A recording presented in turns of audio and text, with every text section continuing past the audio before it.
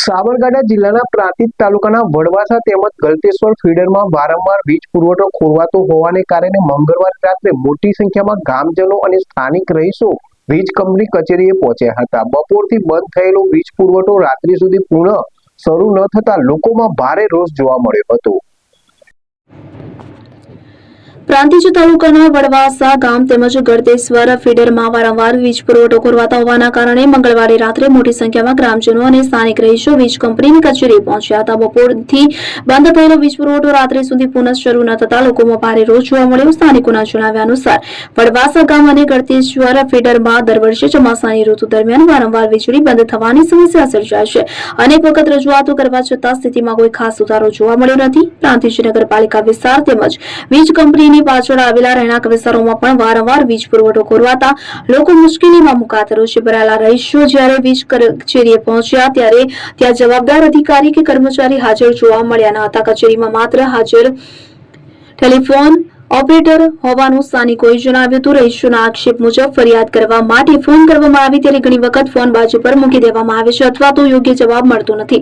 ગ્રામજનોએ પ્રશ્ન ઉઠાવ્યો હતો કે દર વર્ષે પ્રી મોન્સૂન મેન્ટેનન્સની કામગીરી કરવામાં આવે છે તેમ કહેવામાં આવે છે, છતાં ચોમાસાની શરૂઆત થતાં જ વારંવાર વીજ પુરવઠો ખોરવાય છે, જેના કારણે પ્રી મોન્સૂન મેન્ટેનન્સની કામગીરી સામે પણ સવાલો ઉભા થયા છે। સ્થાનિકોએ વધુમાં જણાવ્યું હતું કે ચોમાસાની સિઝનમાં જો કોઈ ઇમરજન્સી પરિસ્થિતિ સર્જાય તો જવાબદાર અધિકારીઓ કે કર્મચારીઓ કચેરીમાં હાજર ન હોવાને કારણે લોકોની મુશ્કેલીમાં વધારો થઈ શકે છે। રહીશોએ આક્ષેપ કર્યો હતો કે વીજ બિલની બાકી રકમ હોય તો વીજ કંપની તાત્કાલિક કાર્યવાહી કરે છે, પરંતુ ગ્રાહકોને સમયસર અને સતત વીજ પુરવઠો જેવી મૂળભૂત સુવિધા પૂરી પાડવામાં નિષ્ફળ રહી છે। લોકો દ્વારા તાત્કાલિક વીજ પુરવઠો નિયમિત કરવા તેમજ જવાબદાર અધિકારીઓ સામે યોગ્ય કાર્યવાહી કરવા માંગ કરવામાં આવી છે।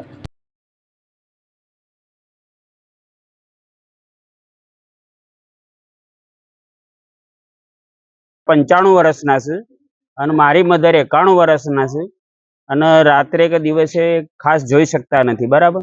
પણ આ ગલતેશ્વર ફીડરની જે મારામારી છે એ હજુ સુધીનું સોલ્યુશન આવતું કેમ નથી? જે બી ઊંઘમાં છે, અમારું એક ખેતર છોડીને બાજુમાં ઘર છે તો અમારી માગણી છે ડીપી નહીં નાખી દો ને, તમે કમસે કમ સિંગલ ફેજ આપો ને। 3 ફેજમાં તમારો ફોલ્ટ છે પણ સિંગલ ફેજ તો આપી શકો ને, ઘર માટે લાઈટ। અમને રેલવે ક્રોસિંગ મળ્યું નહીં, બરાબર। અમારા ક્રોસિંગના પ્રોબ્લેમ નગરપાલિકા આ ભાઈ હતા મારા વખત, ક્રોસિંગ થતું નથી એક ઘર માટે, તો અમને ડાયરેક્ટ લાઈટ આપવામાં આવી છે 3 ફેજમાંથી। અરે એ તમે સિંગલ ફેજ તો આપો, અને અમે તમને સપોર્ટ કરવા તૈયાર છીએ, તો તમે હલતા કેમ નથી? જે બી આટલું બધું નીચું જતું રહ્યું છે તો કોઈ આપણે લાઇટ બિલ ભરીએ, અમારું બિલ થોડો ટાઈમ ના થાય તો ફટ લઈને કાપવા આવી જાય છે, તો અમારી મુશ્કેલી તમારે સાંભળવાની જરૂરત નથી।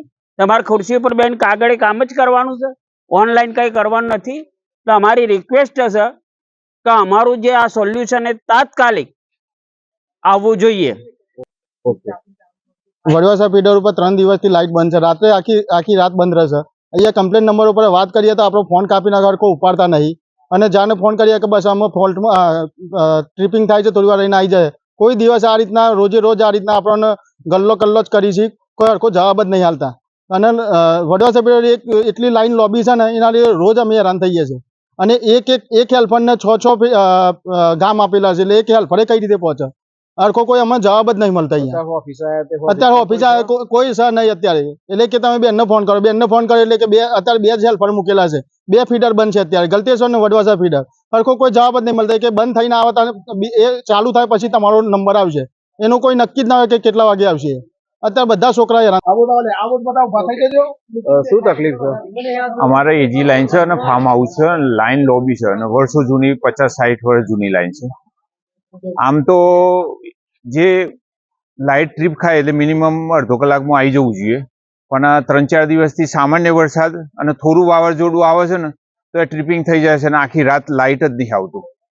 અને આ લાઇનનું કંઈ એવું રોકેટ સાયન્સ છે નહીં તે આપણે એને આગળ મેન્ટેનન્સ કરીને એને રિપેર ના કરીએ કે સામાન્ય હેલ્પર હોય ને એ ખબર પડે કે આપણે સિઝન આ ચોમાસું આવે એ પહેલાં એને વ્યવસ્થિત રિપેર કરીએ તો 180ની સ્પીડે પવન આવે, વાવાઝોડું આવે તો કોઈ પણ જાતનું ઇસ્યુ ના થાય।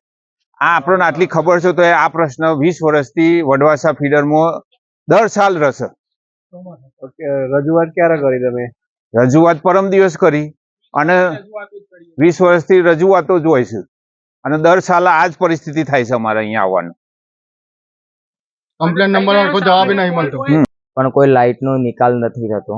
અમારે અહીંયા નાના નાના બાળકો છે અને અત્યારે હાલ બાળકો 5મા ધોરણમાં યા બીજા ધોરણમાં બધા ભણે છે, પણ કોઈ નિકાલ થતો નથી. અમે 4-5 દિવસથી અહીંયા આવીએ છીએ, પણ કોઈ સાહેબ યા મેડમ કોઈ જ નિરાકરણ આનું કરતા નથી. બરાબર, અમે રોજ અહીંયા અમે 50 થી 60 માણસો અહીંયા બધા જ ભેગા થઈએ છીએ, પણ કોઈ લાઇટનું કોઈ નિરાકરણ નથી થતું. એટલે અમારે પ્રેસ રિપોર્ટર બધા પત્રકારોને બોલાવીને આ રજૂઆત કરીએ છીએ. વરસાદનો પ્રશ્ન છે આ. અને આ લગભગ મારા ખ્યાલથી હું 12 વર્ષથી રોજ 2 વાગે 2:30-3 વાગે હું રોજ અહીંયા આવું છું અને આ નિરાકરણ દરેક ચોમાસામાં થતો જ નથી. એટલે અમારી એ આજ રજૂઆત છે કે આનું કંઈક નિરાકરણ કરો. અને અમારે બાળકો ઘેર કઈ રીતે ભણે છે? બાળકો અત્યારે ટોર્ચ કરીને હું અત્યારે મારી દુકાન છોડીને અત્યારે શોપ બંધ કરીને આવ્યો, તો મારા છોકરાઓ બત્તી ચાલુ કરીને ભણતા હતા. એટલે હું તાત્કાલિક અહીંયા આવ્યો અને અહીંયા કોઈ નિરાકરણ થતું નથી. રાઠોડ વનરાજસિંહ.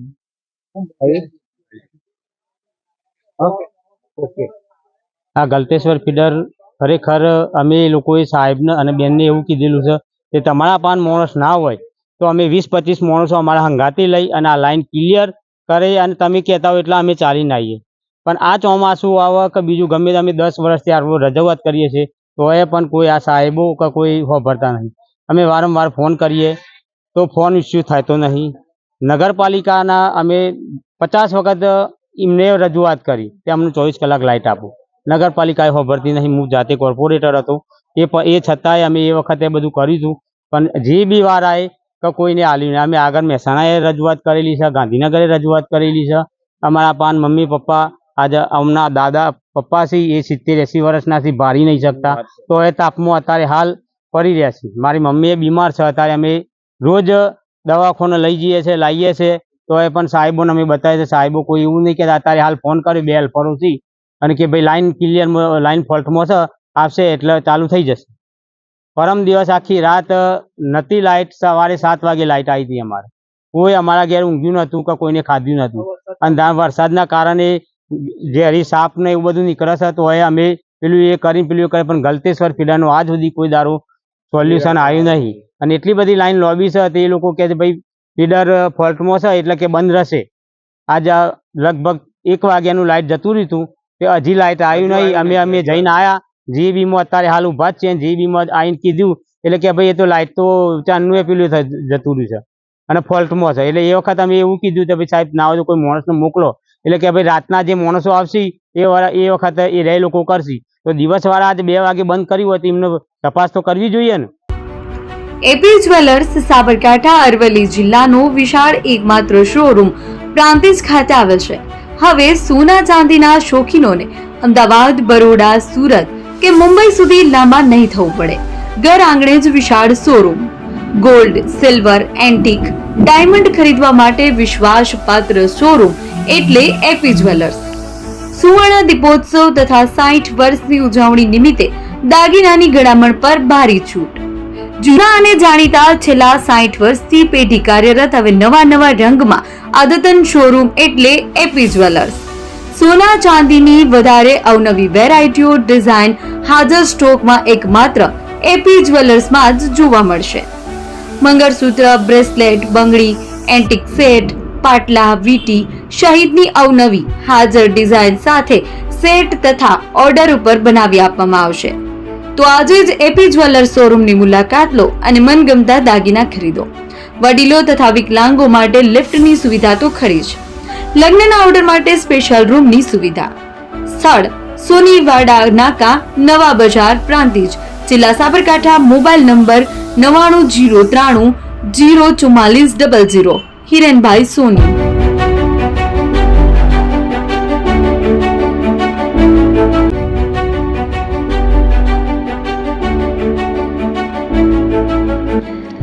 છાસવાલા આવી ગયા છે હવે પ્રાંતિજમાં. પ્રાંતિજ તથા તાલુકાના લોકોને હવે અમદાવાદ, ગાંધીનગર કે પછી હિંમતનગર સુધી લાંબા નહીં થવું પડે.